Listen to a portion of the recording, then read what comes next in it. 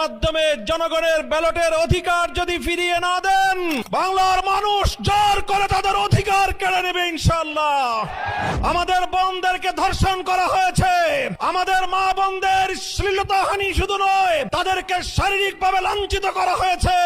পুরনো ফ্যাসিবাদীদের সাথে সখ্যতা গড়ে বাংলাদেশের রাজনীতিতে যদি তাদেরকে প্রবেশ করবার সুযোগ তৈরি করে দিতে চান, তাদেরকে দিল্লিতে বিতাড়িত করা হবে। শরীফ ওসমান হাদি সহ প্রতিটি হত্যাকাণ্ডের বিচার করতে হবে। জুলাই স্প্রিট থেকে যদি এক চুল পরিমাণ বাংলাদেশকে বিচ্যুত করার ষড়যন্ত্র করা হয়, জুলাই যোদ্ধারা আবার মাঠে নামবো, আবার মাঠে নামবো, আবার মাঠে নামবো ইনশাআল্লাহ। আসসালামু আলাইকুম ওয়া রাহমাতুল্লাহ। নাহমাদুল্লাহ তাআলা ওয়া নুসাল্লি আলা রাসূলিহিল কারীম, আম্মা বা'দ।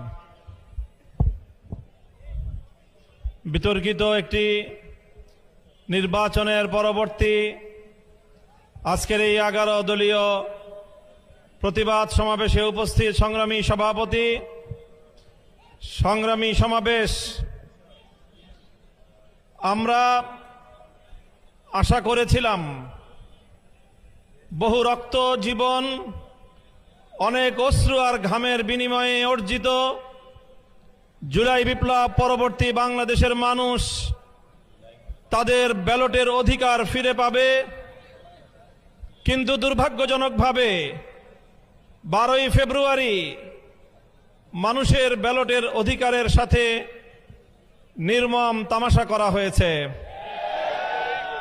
সারাদিন শান্তিপূর্ণ নির্বাচনের প্রকাশ্য নাটক সাজিয়ে সন্ধ্যার পর থেকে সূক্ষ্ম ইঞ্জিনিয়ারিং এর মাধ্যমে টার্গেটকৃত ব্যক্তিদেরকে জাতীয় সংসদে যাওয়ার পথে প্রতিবন্ধকতা সৃষ্টি করা হয়েছে।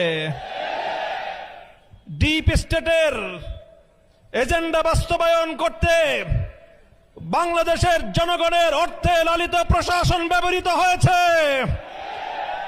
সিসি, আপনাকে বলতে চাই, আপনার পূর্ববর্তী সিসির পরিণাম থেকে আপনি শিক্ষা গ্রহণ করুন।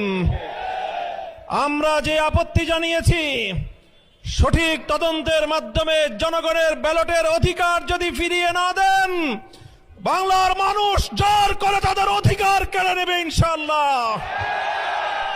আপনাদের এই প্রহসনের প্রতিবাদ করার পর গোটা বাংলাদেশ জুড়ে আমাদের 11 দলীয় নির্বাচনী ঐক্যের নেতা কর্মী সমর্থকদের উপর যেই পৈশাচিকতা চালানো হচ্ছে,